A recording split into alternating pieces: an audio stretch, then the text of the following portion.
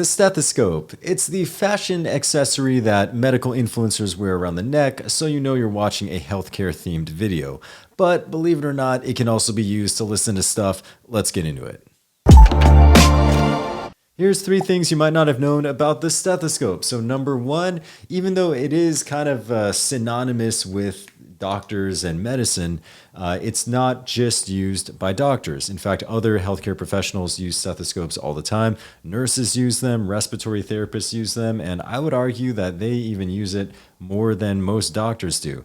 In fact, many doctors don't even use the stethoscope really on a regular basis. Depending on specialty, if you're, let's say, in dermatology, for example, you probably wouldn't have a whole lot of use for a stethoscope. But I can guarantee you, every doctor probably has one of these because we're kind of forced to buy one in medical school.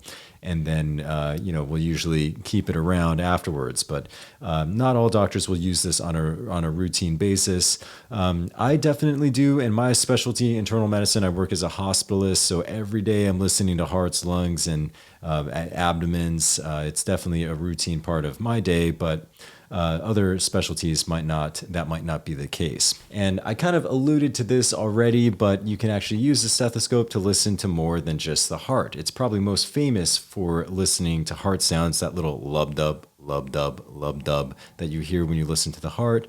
But you can also use it to listen to lungs. You can hear things like wheezing or crackles in the lungs. This could be a sign that there's fluid in the lungs, or bronchoconstriction where the airways become narrowed. That can happen in an asthma exacerbation.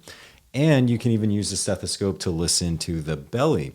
I didn't know that until medical school, but the stethoscope is a valuable tool to listen to the bowel sounds, or sounds the intestines make when they're moving properly. You should hear a gargling sound in the abdomen. This is especially useful after surgeries where, because of the surgery and the anesthesia, the intestines can basically go to sleep where they're not moving properly. One of the things you listen for is bowel sounds after surgery. You can also use this to listen to the arteries. You're listening for bruits. You might hear that if one of the major arteries is narrowed. And you didn't hear this from me, but you can also use the stethoscope as a reflex hammer, but it definitely was not designed for that.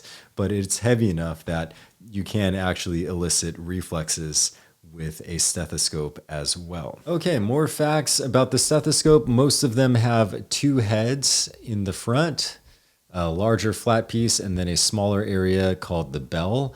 These are used to amplify different types of sounds. So we'll usually start by listening to the diaphragm.